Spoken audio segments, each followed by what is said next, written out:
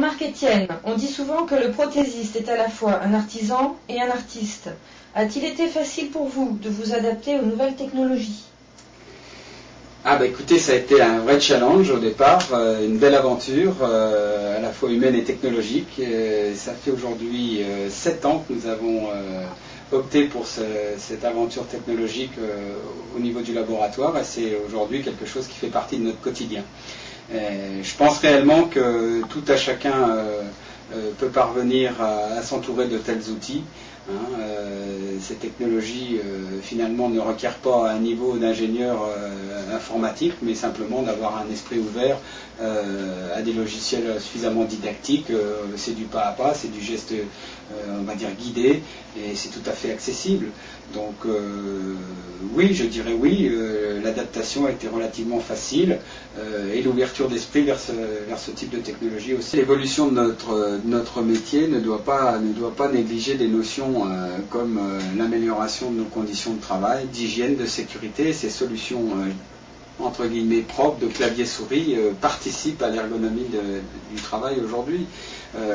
Les techniques traditionnelles que l'on connaît, qui ont bâti la réputation et l'expérience des prothésistes dentaires, ne sont pas à l'abandon. Je crois que c'est simplement quelque chose qui est complémentaire. Les technologies numériques viennent compléter le pas à toute la formation classique qu'ont pu recevoir les prothésistes.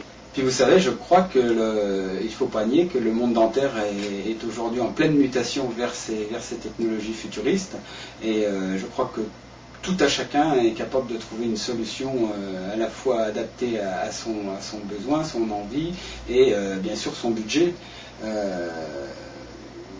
Reste à savoir sur quelle technologie on s'oriente.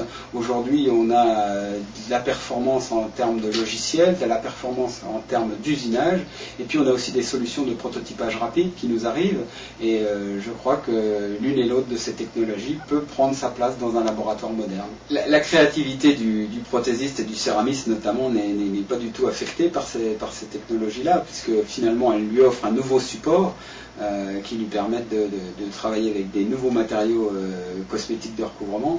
Puis vous savez, la fibre du prothésiste, c'est la reproduction, c'est la dent naturelle, c'est ce que l'on aime regarder, observer. L'observation de terrain, l'observation de la nature reste l'élément primordial, et jouir de nouveaux matériaux pour pouvoir mener à bien notre travail de copiste, tant mieux, c'est formidable, et c'est un pas en avant, et c'est une belle aventure. Voilà ce que je pouvais vous dire. Je vous remercie.